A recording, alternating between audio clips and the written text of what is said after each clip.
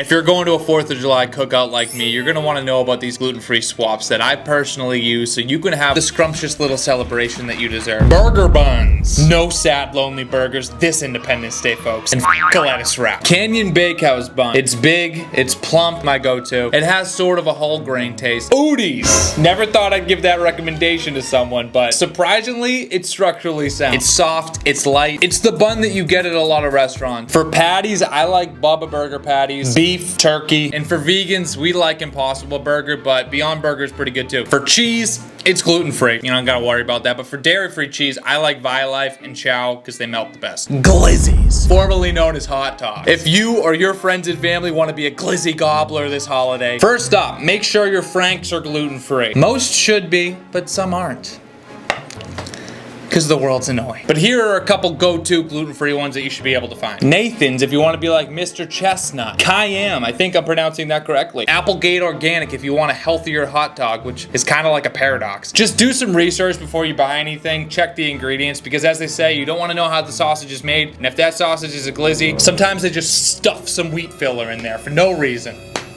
Well, I'm sure there's a reason, but I don't like it. For dog buns, this is kind of where it gets sad, not gonna lie. Canyon has a sub roll that I think is pretty good for hot dog. It's definitely the only one I use. Besides that, I personally haven't found any hot dog buns that doesn't wither away after the first bite. And absolutely do not buy Udi's hot dog buns unless you want to be pecking at little bread pieces on the ground like a seagull. Other miscellaneous meats should be gluten-free unless they're marinated. Check or ask about those ingredients. Make sure they're made with gluten-free sauces, seasonings. Some BBQ sauces that I like. Sweet Baby Ray's, Stubbs, Primal Kitchen. And I like to marinate chicken in Italian dressing. Call me quirky, call me fun, I don't know. Call me basic, who knows?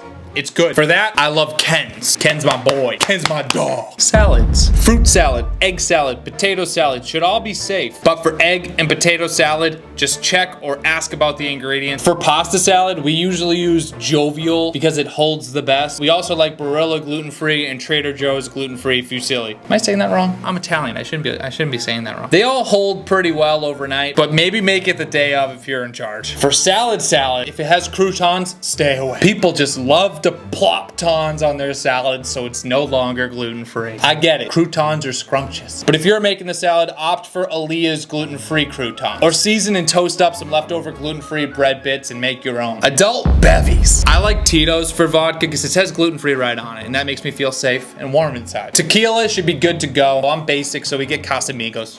Whatever, it's good. All day drinks like Truly, High Noon, Mamitas, Loverboy are all great for sipping in the sun. And then beer like Glutenberg, Ghostfish, Groundbreaker, and Holidaily are fantastic for when it's nighttime and you don't really care about having a beer gut. Surprisingly, there's actually a lot of decent gluten-free beers out there. A lot of them are mostly regional. So drop your favorite beer in the comments and where you get it, because it might help someone. And then wine is gluten-free, but I heard that dessert wine isn't gluten-free, and I haven't double-checked it, maybe I will, but I've just always stayed away from it ever since I read it once. Last thing, grilling tips. So this isn't gonna be like an exhaustive cross-contact precaution thing. There's a lot of fantastic resources and information out there on the interwebs that you can find out how to stay safe in a cookout in terms of cross-contact and contamination. But for this video, I can't not talk about grilling tips. And I found some helpful ones from our friends at Beyond Celiac. Designate the grill's top rack as gluten-free only if possible. Use tinfoil. Use multiple utensils. And then I'm gonna add this one last tip for the salads. Sometimes we just opt to make them ourselves to be extra safe, and we bring a serving utensil that will be dedicated to serving it. We also let everyone know that, you know, I have a gluten allergy and to be aware of this. So I think that helps too. But yeah, these are just ways to reduce risks of cross contact. Anyways, that's just a few tips to help you this 4th of July. I'm sure I missed something, but if I did, let me know in the comments. I hope you all have a safe and fun